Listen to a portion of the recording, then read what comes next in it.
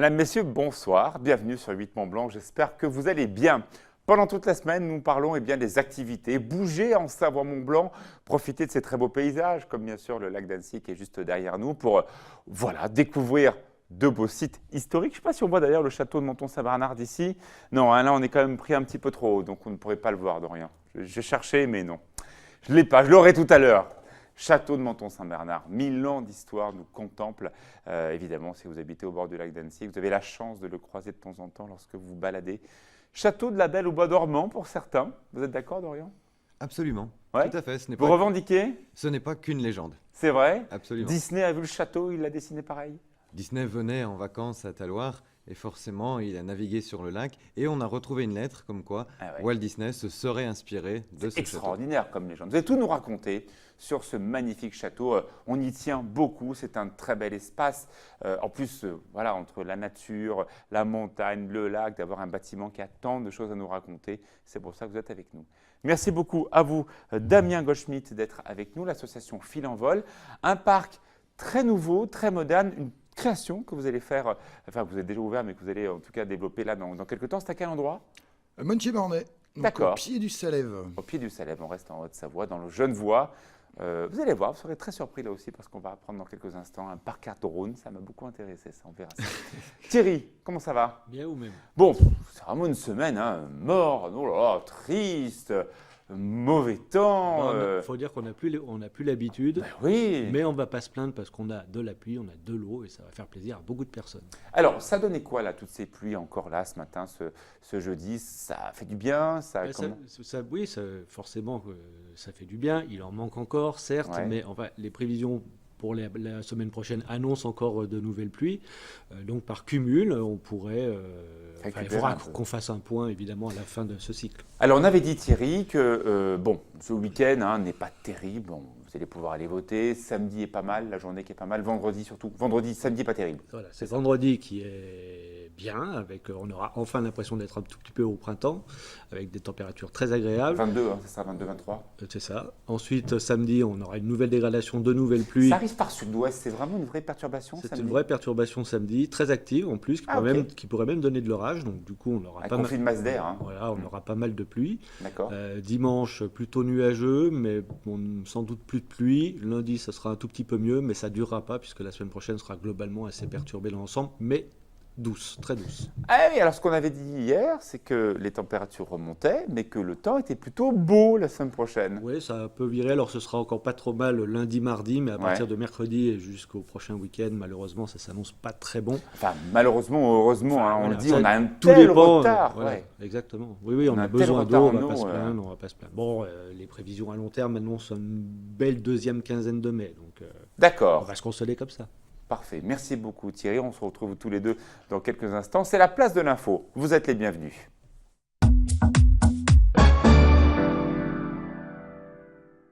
Châteaux, contes et légendes. Bienvenue en Savoie-Mont-Blanc. Bienvenue sur les bords du lac d'Annecy. Bienvenue dans l'histoire. Regardez ce château. Voilà, j'aimerais vraiment qu'on fasse un petit zoom, si on peut, sur ce magnifique château de Menton-Saint-Bernard, sentinelle du lac. Château qui a été construit quand et surtout pourquoi? Alors, ce château, si aujourd'hui c'est un lieu qui est ouvert au public, il a une longue histoire et une des particularités, c'est que c'est une histoire qui appartient à une même famille, la famille de Menton. Alors, les premières traces, les premières pierres de ce château remontent à la fin du XIIe. Évidemment, à cette époque, c'est un lieu qui est un château fort, un lieu qui est défensif, c'est pour ça qu'il est construit sur cet éperon rocheux qui permet de dominer à la fois les routes, l'école et le lac. Est-ce que le col de Bluffy existait déjà à l'époque? Est-ce qu'il y avait une route qui montait ou c'était plutôt un point d'observation, ce château?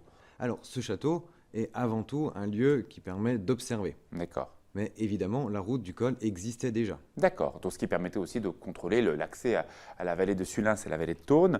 Quand on a la chance de voir ce château, on le voit, il est très resserré, très haut. Il y a des châteaux, notamment Fort-Barreau et d'autres qui sont dans la vallée de la Combe de Savoie, qui sont beaucoup plus larges, avec une emprise au sol beaucoup plus large. Là, c'est un château qui est très en hauteur. Pourquoi?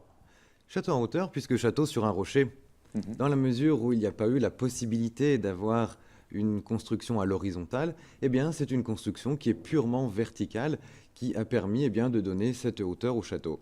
Ce qui explique qu'il y a d'ailleurs très peu de jardins aux alentours, bien sûr. puisque nous sommes, à proprement dit, sur un éperon rocheux. Vous êtes à peu près à 800 mètres d'altitude dans un endroit de montagne, un point d'observation extraordinaire sur ce lac d'Annecy.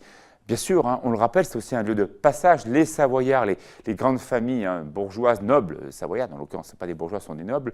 La famille de Menthon faisait partie des grandes familles qui contrôlaient aussi les passages dans cet endroit de Savant-Mont-Blanc. C'était quoi les richesses de l'époque? À quoi on pouvait faire attention? Alors, à l'époque, la famille de Menthon, elle, a un rôle qui est essentiellement politique. Du temps du comté de Genève, puis du comté de Savoie, duché de Savoie, elle va savoir être proche de la cour, notamment avec des rôles de ministre, de gouverneur du comté de Nice, hein, rappelons-le historiquement, et jusqu'à Clément Sardagne. Et jusqu'à nos jours, hein, puisque un des derniers comtes de Savoie, François de Menthon, a été ministre du général de Gaulle notamment, mais on pourra en reparler parmi les illustres Menthon. Donc c'est une famille, si vous voulez, qui a un rôle politique, qui petit à petit va avoir un foncier qui va s'accroître, puisque la propriété ira jusqu'aux portes de Genève. D'accord. C'est vrai qu'il y a toute cette grande rivalité de puissance entre Genève et Annecy. Vous savez bien la différence des calvinistes et des protestants face aux chrétiens. C'était très compliqué cette histoire entre Annecy et Genève. Quelle est la place justement d'une famille noble comme celle-ci dans cet élément historique très fort, la lutte pour le contrôle du territoire entre Annecy et Genève? Alors, le château de Menthon, c'est un berceau familial, mais qui très vite prendra une place de résidence secondaire. Dès la fin de la féodalité, les Menthon occuperont ce lieu. Donc ce n'est pas un lieu de pouvoir, c'est un lieu de résidence. Absolument. Berceau familial, mais résidence secondaire. Donc ce qui veut dire que dans le château, j'ai eu la chance de visiter, il n'y a pas d'armes, il n'y a pas de prise d'armes, c'est un endroit de résidence. Non, deux petits cachots qui datent seulement du XVIIIe, qui restent quand même bien symboliques. Non, mais non pas du tout d'historique à proprement dit à ce niveau-là. Alors bien sûr, l'histoire française a été marquée en 1789 par la Bastille, évidemment la Révolution. Beaucoup de châteaux ont été brûlés, les nobles ont été parfois très maltraités. Cette histoire-là, la Révolution, le château, comment l'a-t-il vécu? Alors, le château, lui, n'a pas été réquisitionné comme bien national. Alors, pour replacer les choses, à l'origine, la famille de Menthon a quand même deux châteaux bien connus, le château de Menthon et le château de Montretier. Bien sûr, bien sûr. Dans le bassin d'Annecy aussi. Absolument. À ce moment-là, on est un peu dans une succession familiale qui est un petit peu compliquée. De ce fait, les deux châteaux vont être séparés. Le château de Montretier appartiendra à un Menthon qui, lui, par contre, quittera la région. Donc le château sera vendu comme bien national, contrairement au château de Menthon qui, lui, restera dans la propriété familiale, puisque les Menthon choisiront de ne pas quitter la terre savoyarde, donc elles épouseront en quelque sorte la politique du moment. Ce qui est assez incroyable, c'est que c'est toujours la même famille qui est au cœur de ce château depuis 1000 ans. Les deux Menthon se sont transmis ce bien. Pas simple, j'imagine, pour certaines familles de dire tiens, est-ce qu'on ne vendrait pas tout à quelqu'un? Est-ce qu'on n'en ferait pas autre chose? Est-ce qu'on ne ferait pas rentrer des privés pour gérer tout cela? Non, ça n'a jamais été débat dans la famille. Non. Il y a un attachement aussi de certains, puisqu'il est berceau familial, comme nous l'avons dit. Donc aujourd'hui, c'est la 23e génération de Menthon connue qui est propriétaire de ce site. Mais parfois au sacrifice des volontés, des envies peut-être de voir autre chose, de quitter la région. C'est dur pour les hommes et les femmes de garder ce patrimoine ancré. Ça veut dire qu'eux aussi ont leur vie qui est moins importante que le bâti. Pour comprendre ce raisonnement, à mon avis, il faut bien voir que ce château n'est pas un musée, mais c'est avant tout une demeure familiale. Et à ce moment-là, il y a un réel attachement qui est fait pour l'ensemble de ce domaine à proprement dit. Donc c'est comme ça qu'il faut aller le visiter. Absolument.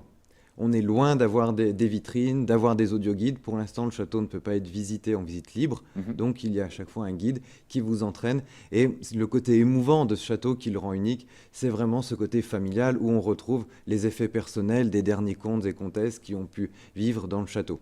Cette demeure partagée, cette demeure familiale, bien sûr, on en retrouve des pièces importantes. Quelles seraient peut-être les choses à ne pas rater dans ce château pour la visite? Alors, la pièce qui reste quand même la pièce la plus emblématique reste cette bibliothèque avec un fonds de 12 000 ouvrages anciens qui est quand même émouvante et une leçon d'humilité quand même quand on voit tout ce savoir autour de nous. Reste ensuite le grand salon qui est là l'hommage à toute la famille de Menthon. Est-ce qu'il est en partie habité? Est-ce qu'il y a quelques pièces qui sont réservées à des personnes de la famille de Menthon qui sont dedans tout le temps? Alors, à l'année, non. Il n'y a plus d'habitants à l'année au château, car il reste quand même relativement inconfortable. Hein. Donc, il y a déjà plusieurs générations que plus personne ne vit à l'année sur Est-ce que place. certains ont essayé ou non, ça n'a jamais été trop le cas dans les 100 dernières années? Non, il n'y a jamais. Ça a vraiment été une résidence secondaire. Hein. C'est un lieu de villégiature où l'épaisseur des murs, disons, fait qu'on vient plus récupérer un peu de fraîcheur en été. Avant de l'été, la température ne monte jamais très, très, très haut. Alors, les visites, donc on va être un peu pragmatique. Combien ça coûte? Ça dure combien de temps? Tout ça? Alors, le château est ouvert au public du 1er mai au 30 septembre, avec 2 types de visites. Des visites classiques, visites guidées uniquement, les vendredis pour les mois de mai, juin, septembre, et du lundi au vendredi pour les mois de juillet, août. D'accord. Il y a un autre type de visite qui est proposé, qui sont des visites théâtralisées. Le circuit est le même. La différence, c'est que le visiteur peut découvrir les pièces grâce à des comédiens qui jouent des petites scénettes dans chacune des pièces visitées. Ça. Notamment pour les enfants, pour essayer de mieux se rappeler l'époque, mettre les choses en situation. C'est bien ça. Absolument. Du fait que vous ayez vraiment un contexte, vous êtes replongé à travers les siècles Et combien de la ça vie du coûte? château. Alors, vous avez un tarif qui est à 8,50 € pour les visites classiques et 9,50 € pour les visites C'est théâtralisées. très correct, hein, on le rappelle, dans beaucoup d'endroits, les très jolis châteaux de nobles comme ceux-ci qu'on retrouve dans le nord de l'Europe, c'est très vite 25, 30, 40 €, notamment à Prague. Là, c'est très accessible. Hein. Et ce site qui est uniquement une propriété privée. Oui, complètement. Merci beaucoup d'être avec nous, Dorian, Antoine. N'hésitez pas à aller voir le château de Menton-Saint-Bernard. Un grand bonjour à la famille de Menton qu'on connaît bien, ils sont aussi des fidèles de 8 Mont-Blanc. La météo, Thierry Paulme.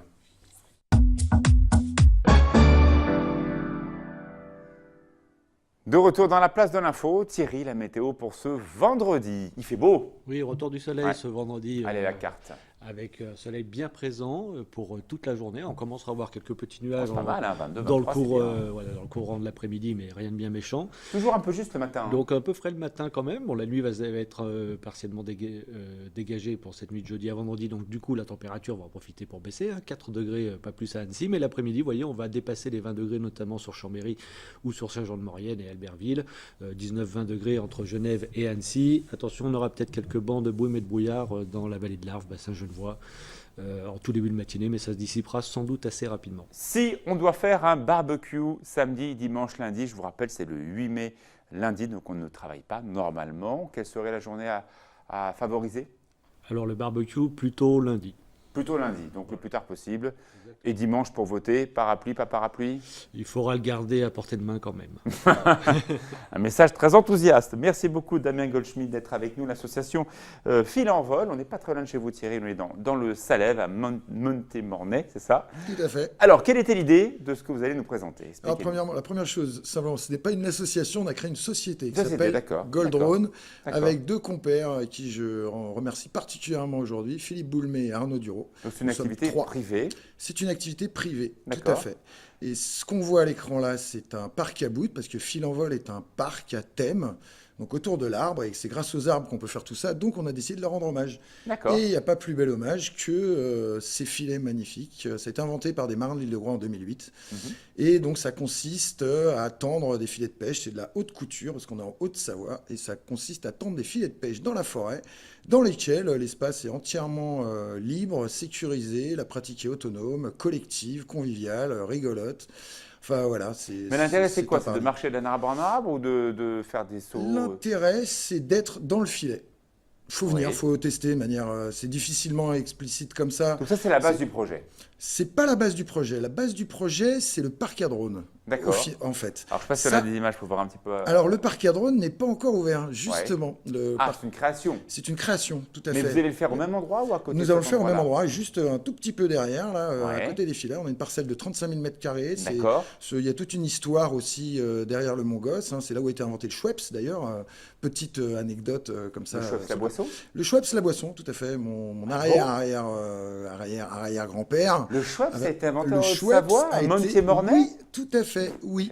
Avec Johann Schweppes, qui s'est associé avec Henri Albert Gosse, qui est un pharmacien de Longemal, qui a acheté cette colline 2 fois, d'ailleurs. Pourquoi on ne le sait pas? Mais parce que personne ne le demande, C'est sûrement. vachement intéressant. Mais oui, voilà, c'est une petite anecdote. Donc voilà, c'était juste comme ça. Mais sur cette parcelle, justement, c'est la dernière petite parcelle qui nous reste sur le Mont Gosse, le parc à drone était le cœur du projet, mais il y avait un tel investissement de mise en sécurité de la forêt qu'il fallait quelque chose qui réunisse un petit peu tout le monde. Alors attendez, parc à drone. Alors, Je vais parc pas à- montrer l'image, il n'y en a pas pour l'instant. Alors, il n'y en a pas, Mais justement. les drones, voilà, on joue. Alors, Pour beaucoup, c'est les petits jouets. Pour d'autres, c'est à des visions urbanistiques, maisons, etc.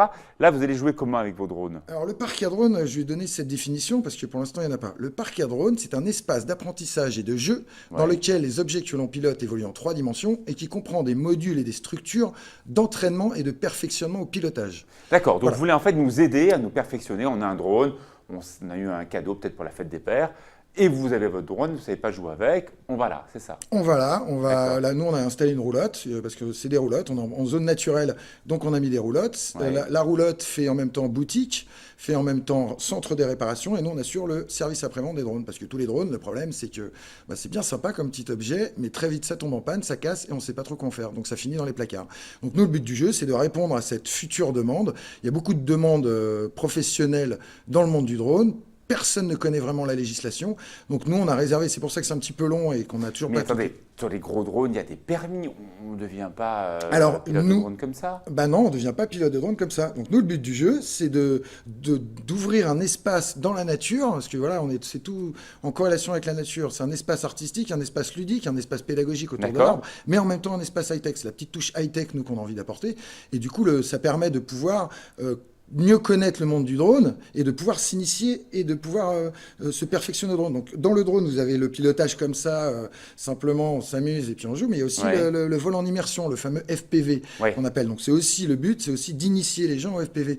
Parce que c'est aussi bien ludique, professionnel, technique. Ça réunit beaucoup de compétences, le drone. C'est un objet pour moi absolument révolutionnaire et ça permet tellement de choses qu'il n'y a rien aujourd'hui pour s'entraîner, pour piloter drone. Et de venir chez vous et de revenir chez vous pour éventuellement réparer votre drone, éventuellement échanger avec une communauté de pilotes de drones, c'est ça? Exactement. Créer des synergies autour du drone, ce qui permet à tous les gens qui s'intéressent ou qui veulent en savoir plus sur le drone de pouvoir être là et de s'informer de drone. Et en même temps, parce que fil en vol, c'est le paradis, hein, c'est un véritable petit paradis. En même temps, donc il y a cette activité de haute technologie, et après vous allez vous promener dans la forêt à des hauteurs compris entre 3 et 15 mètres du sol.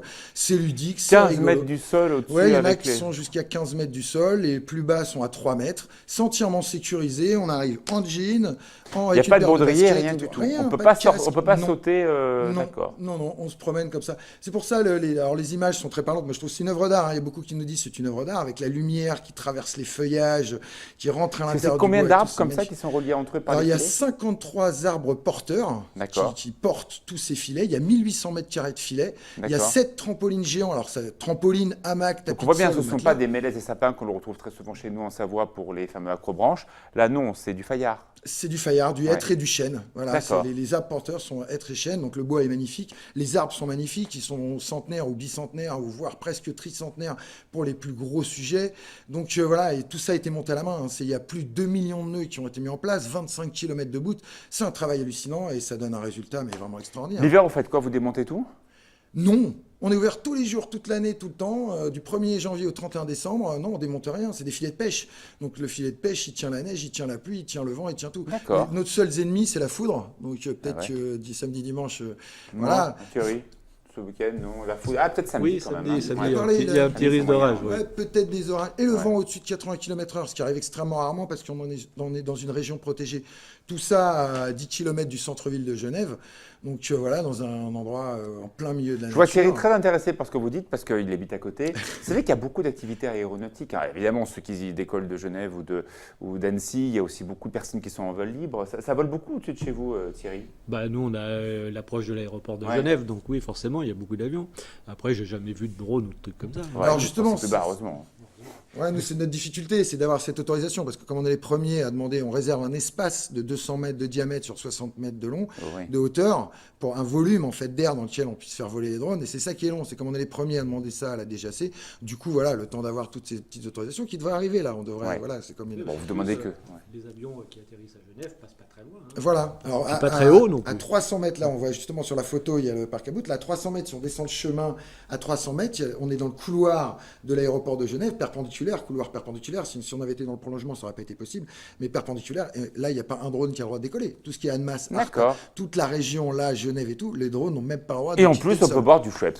Et en plus, on peut voir du Schweppes. Ce C'est sera un peu quelque chose alors, franchement, incroyable. Incroyable. Hein. Vous êtes passionné. Merci J'adore, beaucoup, c'est un paradis. Damien Goldschmidt, Vraiment, pour vous retrouver au plus simple. Donc, Moitié-Mornay, et on arrive donc à votre entreprise, c'est une vraie entreprise, Fil en Vol. Merci beaucoup. Goldrone, la société. Le journal tout de suite, la météo. Passez un excellent week-end sur 8 Mont Blanc. Demain soir, c'est pas moi, je crois que c'est Pauline qui me remplace. Bonne soirée.